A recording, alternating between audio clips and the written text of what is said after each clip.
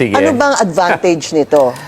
So, unang-una, nung binanggit ko yan, nung wala pa yung desisyon ng NPC, hindi lang naman yan last week kami nag-usap eh. Pinag-usapan na namin yan na matagal. And sa amin po, sa DICT family, nandyan po yung mga attached agencies. Ang attached agencies po, while from a policy standpoint, they get it from the DICT, they do their work independently. So, NPC po, yan po yung tagabantay ng privacy sa atin. And we really want them to be active to guard against anything that might compromise privacy. So, respetado ko po yung decision ni NPC. Now, having said that, bago po yung decision na yon, tinitignan po namin yan doon sa sandbox. Kasi, may mga deepfake, may mga bots na eh. Hindi mo na malalabanan yung mga bots at saka deepfake sa pa-captcha-captcha. Yeah. Hindi tatanungin ka, are you a robot? Eh di sasabihin lang nung deepfake o kaya nung robot, hindi, tao ako. So, there has to be a more sophisticated way of determining if the person is really a person. So, proof of personhood, yun yung inaano nila, o pruweba na tao ka talaga. So, nakita namin tong technology na to, tinignan namin. Siyempre, yung aspeto ng technology, binalangkas namin katabi ng privacy. Nung tinignan naman namin, pag kinuha mo kasi yung iris ng tao, at ginagawa po yung pagkuha ng iris sa National ID. Ibang sistema nga lang. Sa National ID, kukunin yung iris. So, ginawa na pala natin yan. Nagawa na, pero iba yung implementation nila. Okay. Yung sa kanila, orbs eh. Yung sa atin, yung parang binoculars ang kinakabit. I see. Yung orb kasi, pagkuha mo ng iris, siyempre, pag biometric yan, personal information na yan. Sensitive personal information pa. Pero yung kanila, ang ginagawa namin, nung nakita ko, ginagawang numero, 0166, something. Hindi yung hindi yung pangalan mo. Hindi yung pangalan mo. Hindi rin yung picture ng iris mo. So, parang may serial number. Tama. Okay. So, pag nakuha mo yon, hindi mo malalaman kung sino yan. Right. Tapos, ang ginagawa nila doon sa Sorry, sandbox, Secretary, but how do you actually know that is you and that is your serial number? Yan. Ito na nga eh. Ito Okay. yung malalim na usapan ng, para bang blockchain, yung cryptography at saka cybersecurity, yung disiplina na yan, ang hirap ipaliwanag eh. Pero ganito na lang, sisimplihan natin. Sige, please. Yung mata mo, i-convert nila ng isang mahabang numero. Tapos, para masigurado na hindi malalaman kung sino ka, hindi nila mare-reverse engineer na, mata pala ni Secretary Henry yun. Pinuputol-putol pa nila. Aha. So, para bang may ID number ka na 9 digits, tas pinutol sa 3.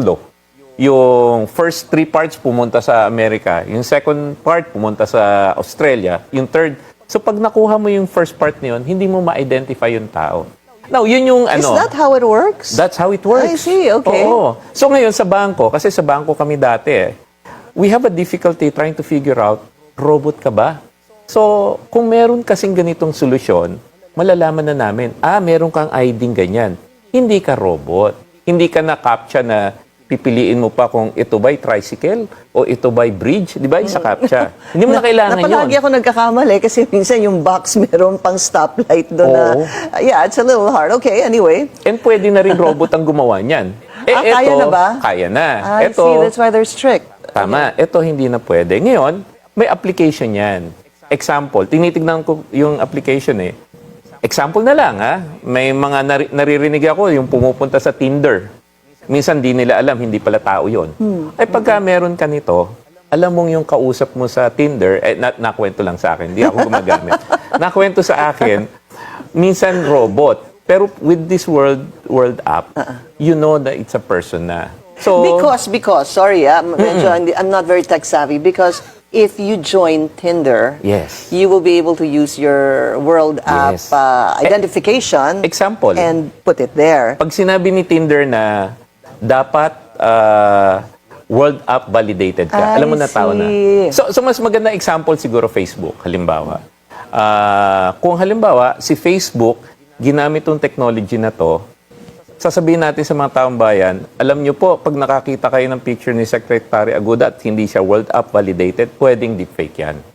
Eh di ba ngayon yung problema natin ngayon? So isa yung solusyon dyan. Sa bangko, for example, may nag-apply over the phone. Marami na kasing online banking eh. Hindi mo alam na robot pala yung kausap mo. Oh, there's a lot. There's a lot. You actually you can apply for a credit card online just like that. Okay. Tama. Tapos kukuha ka pa ng selfie, pwede ring robot yon. Pero pag binigay mo yung World App Identifier mo, pwedeng, tao pala yan. Okay, quick question, Ryuji and Secretary. What is the parallel comparison of World App? Where? Ngayon? Ngayon. Parang yung national ID natin. Okay. Except, ang difference lang doon sa national ID natin, yung national ID, makikita mo doon yung Tuloy-tuloy sino yung ba yung- name na pangalan. Sino yung... Kasi ang nangyari dyan, yung national ID, pag nakuha ko na yung national ID at saka yung iris mo, nandun sa database namin. Yung sa World App kasi, pag nakuha na niya yung tinatawag nila na iris ID, binubura na niya yung personal identifiable mo. And then you are reserved to a number You are reserved to a number that and if- is divided by possibly 3 Tama. and sent to what? Different. Totoo yun? Different. Three nodes. Three As nodes. of today, will be more. UC Berkeley in California, FAU, a university in Germany, Yes. and Nethermind in the UK. And our Yes. hope is to have more and more nodes. We would love to have a university here in the Philippines to be one of the nodes, because the more nodes they are, the more secure complicated it will is. be. Yeah. So that